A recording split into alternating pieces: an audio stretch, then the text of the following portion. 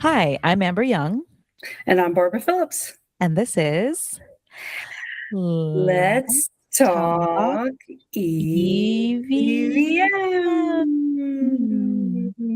Let's hope that came out right. I think that was good. Welcome back. Welcome back to Let's Talk EVM. This is our podcast on EVM. I'm going to start with a disclaimer. And the disclaimer is said for myself and Barbara. Yes. And the disclaimer is that all of the views that are expressed on this podcast are our own, and they are not the views of the United States government. So with that, I'm going to take us over to Barbara's soapbox moment.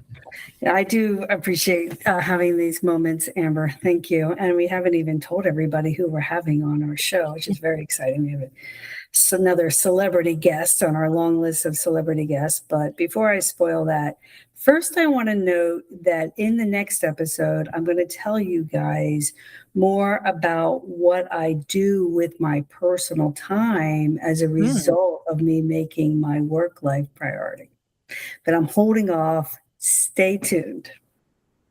But what I do want to segue to here in this moment is to talk about the A-12 program and what a pivotal event that was in the earned value community. We're going to hear a little bit more about that today.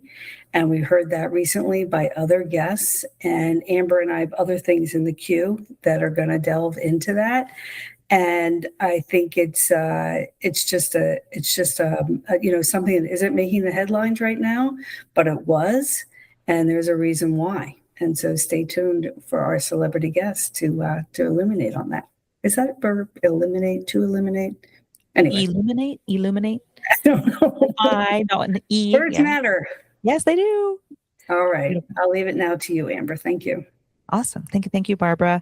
Okay, so for today, we're going to explore something that we don't talk about enough, although we do mention it often, and that is the human side of EVM. So our topic today is the human side of EVM with our special celebrity guest, recurring guest, Mr. Dave Kester. And we're going to look at the psychology behind program performance and ask important questions. One of them include, why do some programs struggle even when they appear compliant with EVM requirements? So what causes the source of that struggle? I know Dave and I have worked closely together on this at many different locations, and he has very, very insightful things to share with us. So I'm very excited to see where this conversation goes. A little more on what we're going to do. We're going to explore how leadership, culture, organizational behaviors, all of these factors shape whether the EVM becomes a meaningful management tool, something that actually is used to make decisions, or if it's just EVM is just being used as time consuming and seen as costly compliance. All right. So with that, I'll turn it over to Dave to introduce himself again for us all, and then we'll start the conversation. Well, thanks, Barbara and Amber, for having me back. Again, I appreciate what you all are doing. Currently doing some consulting work. I spend most of my time with the Department of Energy, a little bit with the Department of Defense, but again, always appreciate having these conversations with both of you. One of the things I appreciate most about what you both are doing is that you bring different viewpoints to the EVM conversation. I think it's especially important right now because if we're honest, and we'll talk a little bit about this in today's session, EVM has struggled at times to gain broad acceptance. And I think part of the reason is that we've tended to approach it too narrowly. I believe the real question, go ahead. Sorry. Okay, well, yeah, that's right. It's very interesting that we are trying to do exactly what you just said, Dave, broaden the conversation.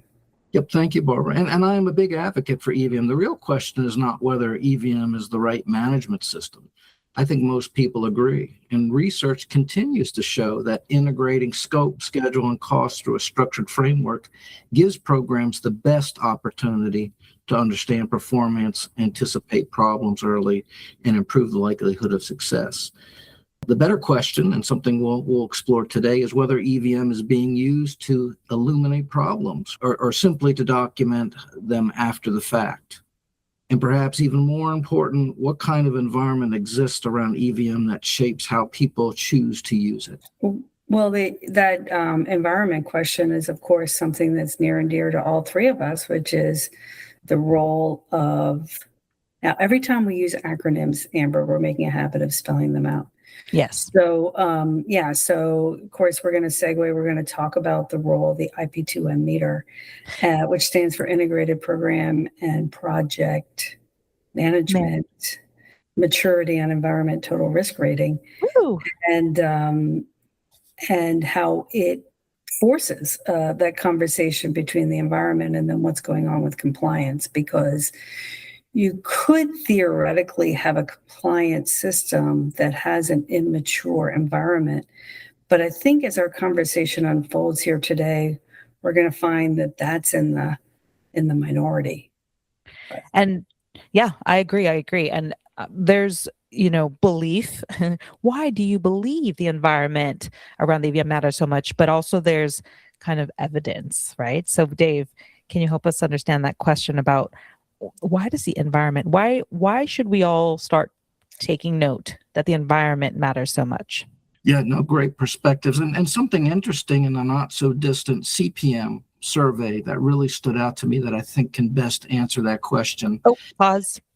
Sorry, but Dave. CPM, College of Performance Management, Yes, ma'am. which is a college to have courses and I want to say It's more of a certification. was actually. Yes. When it existed, it had curriculum and courses in performance management, earned value.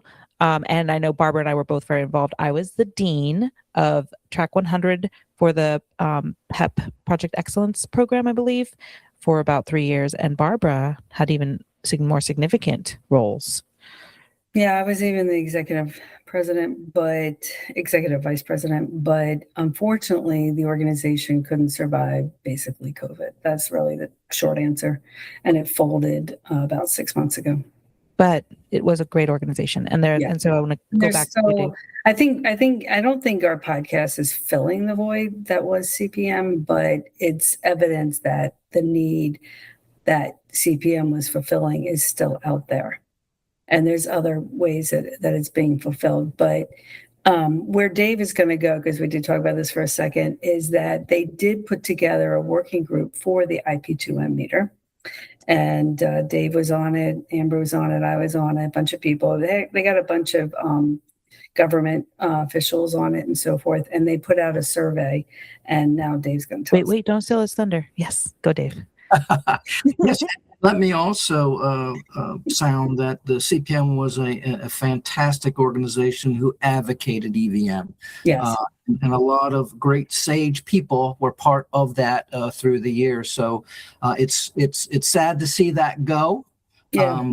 They absolutely were advocates for CPM. And that said, when participants from that organization were asked whether an effective EVM positions a program for cost and schedule success, about 96% of those surveyed agreed. Interestingly, the same percentage, 96%, also agreed that a program's environment influences the effectiveness of EVM. So these folks saw the connection between program success and the environment. But here's the part that caught my attention. Only about half, 50%, believed current EVM implementation and oversight practices were actually effective. I found that interesting. Think about that for a second. Most people agree EVM should help programs succeed. Most people agree that the environment matters, yet only half have confidence in how EVM is currently being implemented and overseen. Yeah, to me, that suggests there's an opportunity to broaden the conversation, right? Which is part of what I love about what you and Barbara do, Amber, in terms of bringing these different perspectives. Because if compliance is only around 50%, maybe focusing mostly on compliance tools, reporting mechanisms, and technical processes isn't enough by itself. Yeah. And with the ASU study and the IP2M meter, the ways that I see it, as adding that new environment dimension, right? So now we're talking environment, and it's reinforcing what we kind of already know, what those 96% of people said, yes, environment matters. It reinforcing the new dimension of environment, IP2 meter is reinforcing that, but also it's allowing us to open up to new questions. And how do we influence that environment, or what do we do to measure that environment, or what are those ways to begin to look at the environment more, that human side of EVM, exactly what we're talking about here, Dave. So yeah. How about this? How about this question, Amber? Dave, do you think that sometimes compliance is confused with effectiveness? Oh, absolutely, Barbara. And I think that's the key to the riddle. Sometimes we get so focused on the rigid checklist and we forget we're after outcomes. To be clear, this is not a criticism on my part of the EIA 748 standard. The standard was intentionally designed to focus on the management system. Things like we all know: planning, scheduling, budgeting, performance measurement, reporting, change controls, right? Those 5 areas, those 10 management processes that we laser focus in on as we look at systems. In other words, those tell us what a good EVM system looks like. But what it doesn't directly assess is the environment surrounding the system, the leadership, expectations, organizational culture, communication, behaviors, decision-making dynamics, and whether people feel comfortable surfacing bad news. So a program can technically satisfy, in my experience, EIA 748 guidelines, whether that's 32 or 27 guidelines, and still struggle to use EVM effectively in practice. That's where the human side comes in. Compliance alone doesn't guarantee that EVM is being used in a way that supports timely decision, honest forecasting, or early problem identification. It's not designed to detect a dysfunctional culture. The solution is not reinventing the system. It is to strengthen the environment surrounding the system. So my suggestion is that we focus a little bit more on the latter, not forgetting about the prior, but bringing environment into the conversation, I think, is a necessity. I'm not going to disagree with you in any way. I'm just wondering, Dave and Amber, actually, in your experience, what about the role of evaluating management reporting? Looking at how the variances are written and the corrective actions are logged, is that not evidence of the system being used effectively? I think so, Barbara. Absolutely. Those are facts. Necessary but not sufficient, or yeah. But if you think of each of those things that you talked about there, Barbara, it's a human behind that, right? Okay. A human is generating that VAR. A human is signing off on that VAR. A human is taking action or not on that VAR. So these artifacts that we tend to just focus on, the mechanical side of the system, certainly are important. They give us the information to make decisions with.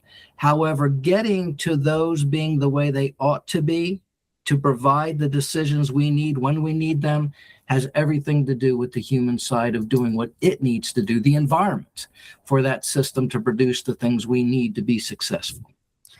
And Dave, expanding a little on that, when you see that projects start to drift away, so based on, like Barbara saying, okay, this VAR could be evidence, but programs have been seen to drift away from how the EVM is intended to work. What are some of the reasons that programs would start to drift? Yeah, absolutely. Because the system doesn't really break down due to a lack of knowledge, what we find. People are savvy. They understand their systems. Most people understand what EVM is supposed to do and what their systems ask of them. What happens is that people respond to the environment that they're operating in. This is where leadership comes in. Leadership shapes that environment. What gets rewarded? What gets questions? How are problems handled? Can people surface bad news without fear? That's a big one, right? Do we want to carry a certain narrative, or are we going to let the system tell us what's really happening so we can tackle the problems when they're needing to be tackled? Yeah.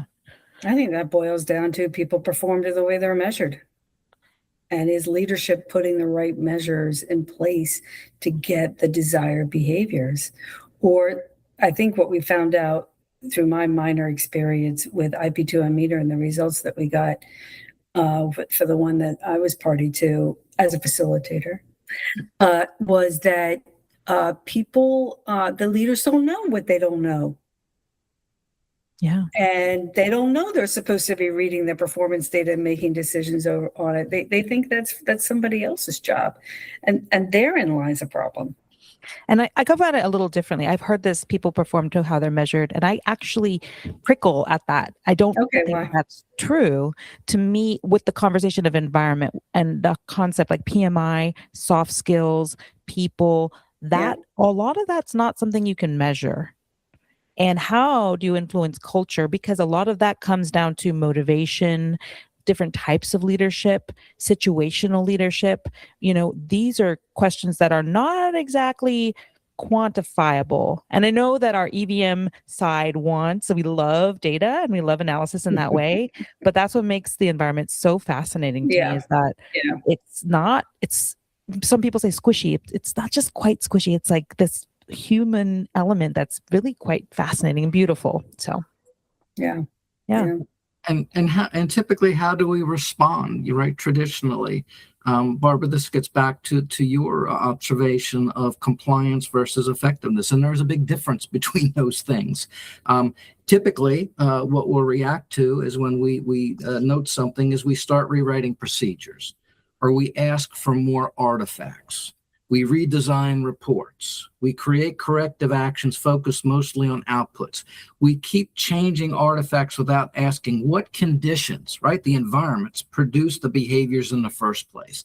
That's the piece that we don't really do good at, in my opinion. Yes. And some of the things that we're talking about with environment, it's, like I said, spurring so many questions. So Roxy Franks, from our Big Bad BCP, she was just co-presenting with me at the OOG, the EUG Empower Users Group in, what month was that, Barbara? I'm losing May. It was not that long ago. May 2026. And she talked about all kinds of things with the psychology, the socio part of the socio-technical components. And she started to talk about feeling psychologically safe. Right. So now we're asking different questions. And I think, Dave, you have a few really great questions that we're starting to ask with this environment human side. So do you have some of those queued up for us? Yeah, absolutely, Amber. So because if we don't understand the environment, you risk fixing symptoms, not causes. Right? When we find an issue, we go right to root cause. And we're not asking, does the culture encourage honest forecasting? What we'll find is that the EACs aren't being updated, and we'll take a mechanical reaction to that. But we're not looking behind the curtain on that, even when the answer is uncomfortable. So we'll talk a little bit later here about a program that went through some turmoil. And this was one of the things. People were not comfortable with bringing forth bad news. Now, that is the environment. That is the culture. Okay, it wasn't, simply guideline 27 wasn't mechanically operating as it should, which could be the case. It was not producing realism. But behind that isn't a bring me another artifact or adjust another number. We got to get to the environment as to what led to that. Why are people uncomfortable bringing forward bad news or not putting realism in forecasting? That's because it's going to draw attention. That's because it's going to, lead to an uncomfortable conversation. But that's what the system is designed to be, right? It's an early warning system when things aren't going well, and we work in very challenging, complex programs. Yeah. This can be expected. And sometimes, probably most often, those programs aren't giving the sufficient funding that they actually need to be successful. There's and timeline. Right? So from the very beginning, our teams are being challenged. But yet playing the game of looking the other way and not bringing forth the real fact is problematic. And that gets to the environment. Do we have an environment that allows us to have those open and uncomfortable conversations so we can come up with corrective actions that really matter? So Dave, as I said in the soapbox moment about this A-12 program, and its role, its multifaceted role in history of EVM. And we want to hear from you about where the leadership behaviors and organizational culture were paramount in that failure. What was going on there? Yeah, so the A-12 Avenger II program is probably one of the strongest examples. When I was employed by the Naval Air Systems Command, NAVAIR, down at Pax River, this program, the A-12 Avenger, essentially led to the establishment of the cost department creating an earned value management competency. So you talk about changing cultures, the results, the horrible results that we'll talk here in a bit of that A-12 and the accountability that it led to actually changed the NAVAIR culture to start using. But let me ask you this, because I wasn't there. That NAVAIR culture, that culture that was built at NAVAIR, that was the original place. It was built at the Department of Defense. Yep, Department of Navy. Navy. Sorry. NAVAIR, Navy. NAVAIR. But yeah, so that's where it started. Then it spread to other parts of the Department of Defense. Where it started, is that the beginning of CSCS squared? No, I think that predates it. That was sort of, but this cost department and the earned value culture and the people that came out of NAVAIR, I know so many people in the field today that are so proud that their roots, and including some of my very close colleagues, that their roots started there. And that's where the original thinking was. Amazing. Okay. And a little bit on timing. Around when was this, Dave? Just approximate time frame. Yep. So for listeners who may not be familiar, the A-12 was a Navy aircraft program ultimately canceled in 1991 by then Secretary of Defense Dick Cheney. Due to major cost growth, schedule delay, and technical problems. What makes it particularly interesting isn't just the technical failure of the program. It's what the program revealed about organizational behaviors. Over time, the program reportedly experienced increasing optimism despite mounting technical instability, that being weight growth of the aircraft, design problems, cost and schedule challenges. Yet reporting remained increasingly optimistic. Wow. And according to post-program inquiry work, concerns were not always elevated with enough urgency or transparency. Wow, that's important, because what began to emerge wasn't simply a technical problem, i.e. weight growth design problems. This is where the Navy was exploring using composites for this bomber on their aircraft carriers. It became an environmental problem. Yeah. And right were at the there roots. any, what was that? I was going to say right here at the roots, right here at the roots of the Department of Defense. Yeah. Creating an EV culture. It was triggered because of evidence they found in really an environmental problem. Because, correct me, Dave, but the A-12 data, Amber, was performing. What did the EVM tell them? Did the EVM identify early that there were issues? Yeah, so let's not listen to what Dave has to say here. Let's listen to what the Navy and OIG inquiries found, that the EVMS system itself was functioning. Ooh. It was producing what it was supposed to produce. However, the tools existed, the processes existed, the reporting mechanisms existed. Ooh. The issue wasn't necessarily the absence of data or controls. That's what both inquiries found. The issue was how people interpreted, communicated, and responded to the information already available to them. Wow, you're giving me chills. I'm getting chills. Yeah, it's the people. Barbara. Right at the start. One major factor appears to have been optimism bias. That's when organizations underestimate difficulty or execution risk while overestimating their ability to recover.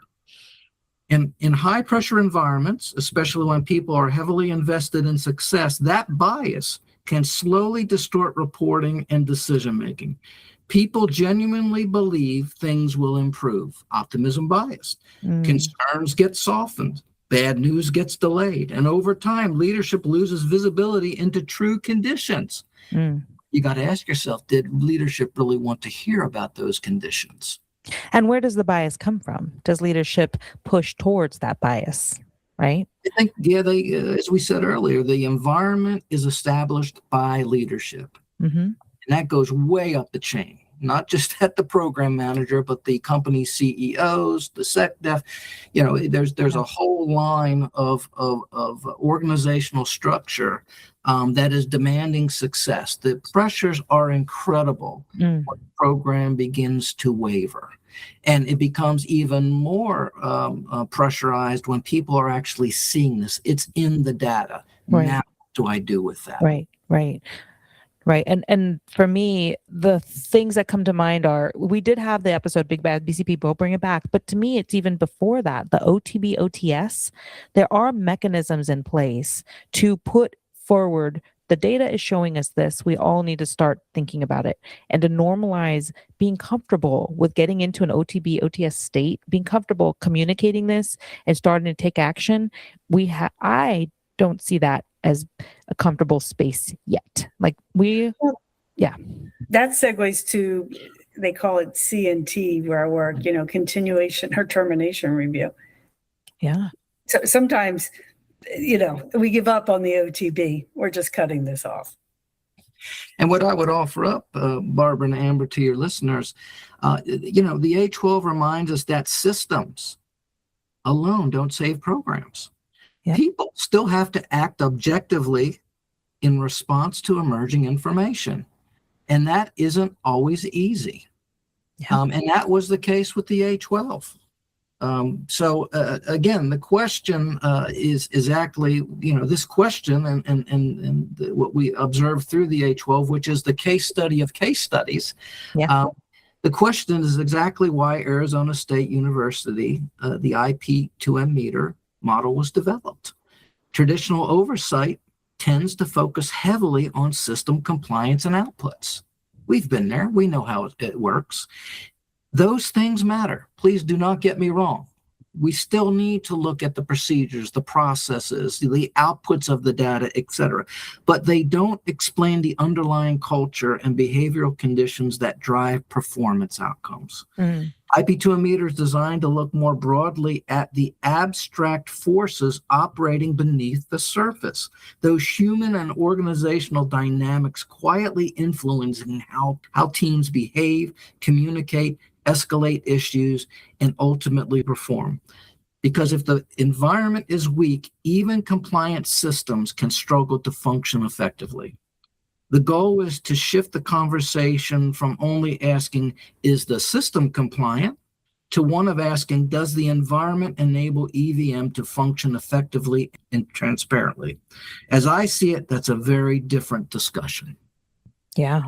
I think you're going to find violent agreement here. Yeah, transparency, trustworthiness, right? So the data to be trustworthy, that the data is trustworthy, and then allows it to be transparent and allows the communication to go all the way up, as many levels as need be, right? It's fascinating when you start to see, I've been hearing about, there's this disconnect between what leadership knows versus what the practitioner knows, right? How do you get that communication opened up? IP2M METRR helps paint that picture. Yeah, and I think it's important to mention to your listeners, one of the goals of the IP2M METRR with Arizona State and the steering committee was not to weaponize it. So in order for people to be honest about their environments, this is used to help them understand where in their environment there needs to be a conversation or a correction. So the environment produces high-performing teams that can digest the actual data coming from the systems to then position. Let's think back to the survey. With a good environment, I have better chances of having successful outcomes for my program. So please think of IP2M METRR as not just a checklist for going through and saying you failed something in your environment. It's a first step towards honestly understanding the environment. And what's cool about IP2M METRR is this is not just a government oversight. IP2M METRR was specifically designed to incorporate all stakeholders. We have the local customer, we have the contractors, as well as the headquarters compliance review team and any other sponsors involved in the IP2M METRR assessment. These folks, think of it like an integrated baseline review. They are collaboratively working together to understand the condition of their environment, how each interacts with the other, how they interact within themselves in order for that environment to excel, to be where it needs to be, so the information coming from that system is used appropriately in positioning that project or program for success. I love it, Dave. I do. I very much appreciate this conversation, appreciate your insights. I know the depth with which you are contributing and studying and actively working on this. And what I think, reinforcing what you're saying, is that it really is about helping people make better decisions and achieving better outcomes. That's what we're all about here. And the people really matter. So thank you. I think that's pretty close to where we are. Do you have any final thoughts before we wrap up? And I think we have a fun takeaway for everyone.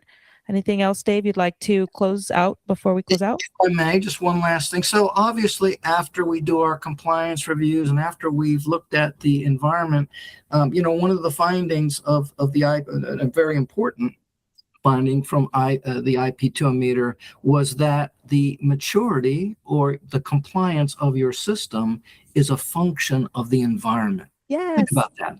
Maturity is the function of the environment. So I cannot make a compliance assessment without understanding the environment. So what we're finding as we go through the METRR and we look at the maturity, we look at the environment, collecting that environment from all of those stakeholders I mentioned becomes a valuable piece of information as we start to produce our corrective action plans. Mm-hmm. So as we're seeing perhaps the guideline not producing what is expected of it, for example, EACs not being real, I am not just having a mechanical conversation to go adjust a number or write another procedure. I am looking at the environment as to why that actually happened. Were people comfortable in bringing that forward? Were people trained to do that? Was leadership accommodating in that process? I could go on and on. It is the environment that allows each of those guidelines to do what they're intended to do. So I would offer up to your listeners, please do consider METRR. Please do consider, as the survey suggested, the environment and what you're looking at. It will yield you incredible benefits. Yes, thank you. And with that, as a bonus, as a Let's Talk EVM podcast bonus, Barbara and I are going to put the survey questions out for everyone. We're hoping to get them in as a prequel, like a little before the survey. So you may have already seen them, and thank you for answering if you have. We're also going to put them in our Spotify and our website, as many places as we can, asking those same 3 questions that were asked during CPM that Dave is referencing. So please, we would love your participation for our community to share their voice in what they think about EVM and environment. Wonderful. I look forward to that. I think they're really tricky questions. They really make you think. So check on our LinkedIn group, cleverly named Let's Talk EVM.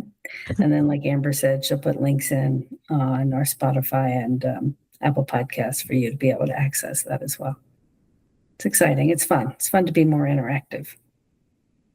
Yeah. Well, Dave, I can't thank you enough. You have, I mean, I don't want to overuse the word illuminate here, but you certainly have been illuminating. Yes. And, I would say it was, you sold it. I mean, of course, we're already in violent agreement, but I hope that we persuaded some people with your eloquence and your, how carefully constructed your experience. You've revealed your experience with us and shared to. It's compelling. It's convincing. It's it's the way, it's the future. I think processes, everybody that's matured. There's a lot of tool vendors out there and shoring. That's why they got rid of guidelines 24 and 25 with the vertical integration of the WBS and OBS, because the tools won't even let you break that anymore. That kind of thing. A lot of those riddles have been solved, but what isn't solved is the people part, and people understanding the pivotal role that they play. And let me again thank both you and Amber, Barbara, for allowing me to share these viewpoints. I truly do appreciate what you guys are doing and opening the conversation to a broader audience. So thank you for that. You're welcome. Thank you very much, Dave, for being our recurring celebrity guest. We hope to have you back. Thank you. That's it from Let's Talk EVM. As always, thanks for listening. Thanks, everyone.